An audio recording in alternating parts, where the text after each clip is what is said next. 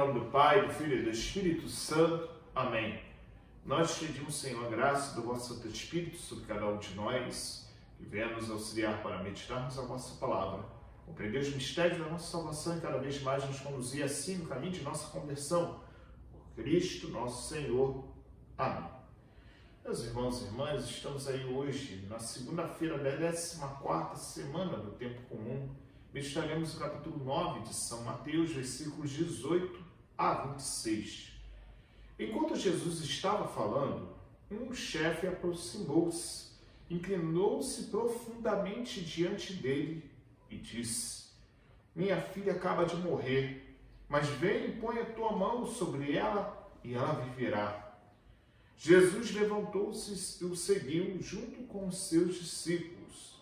Nisto, uma mulher que sofria de hemorragia há 12 anos, veio por trás dele e tocou a barra do seu manto. Ela pensava consigo: se eu conseguir ao menos tocar no manto dele, ficarei curado. Jesus voltou-se e, ao vê-la, disse: Coragem, filha, tua fé te salvou. E a mulher ficou curada a partir daquele instante. Chegando à casa do chefe, Jesus viu tocadores de flautas e a multidão alvoroçada e disse: Retirai-vos, porque a menina não morreu, mas está dormindo. E começaram a caçoar dele. Quando a multidão foi afastada, Jesus entrou, tomou a menina pela mão e ela se levantou. Essa notícia espalhou-se por toda aquela região. Palavra da salvação, glória a vós, Senhor. Meus irmãos e irmãs, estamos aí meditando hoje esse capítulo 9, versículos 18 a 26 de São Mateus. E nós vemos o relato de dois milagres diante das situações de impurezas que acontecem dentro daquela situação judaica, nos ritos que eram assim colocados diante das proibições. Um deles é justamente o primeiro milagre que acontece ao longo do caminho, que é justamente da mulher hemorroíça, que se coloca diante do momento de tocar em Jesus. Só que Jesus não se preocupa com essas leis, que ele sabe muito bem que as impurezas do homem não vêm de fora, mas de dentro. Mas essas foram criadas justamente por uma certa circunstâncias que colocavam o povo diante da realidade do paganismo que acontecia, que viviam, para ter certos limites. Porém, ao contato com o sangue, justamente dessa hemorroíça, era algo que era colocado assim, ela colocou em risco, mas a sua fé em Jesus Cristo foi capaz de romper a barreira daquilo que colocava ela numa alienação, distante de Deus, distante das pessoas. Porque ela, com esse sofrimento, não podia participar nem da realidade religiosa, nem muito menos com contato com as pessoas. E poderia até ser morta, porque diante dessa doença que ela sofria, ela era excluída literalmente da sociedade. Porém, Jesus traz essa graça de ela retornar nessa experiência de fé com o Senhor e, consequentemente, a experiência das relações com as pessoas.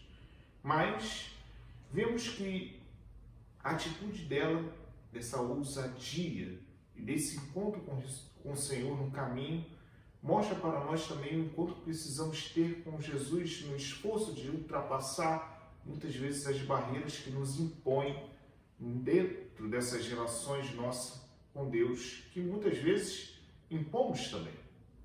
Mas a filha desse chefe da sinagoga, que nós vemos que no relato de Marcos e Lucas é Jairo, chefe da sinagoga de Cafarnaum, quando Jesus chega no ambiente de lamento, de músicas de luto, os flautistas que ali estavam, coloca Jesus diante de uma situação que ele quer, literalmente, devolver a vida a esta menina. E ao tocar no morto, no cadáver, Jesus mostra mais uma vez na questão da impureza que não acontece nesta experiência, muito pelo contrário, ele é o Senhor, ele quer romper justamente com aquilo que o homem se tornou impossível. E a vida é um dom sagrado de Deus. E quem tem as chaves da vida é o Senhor.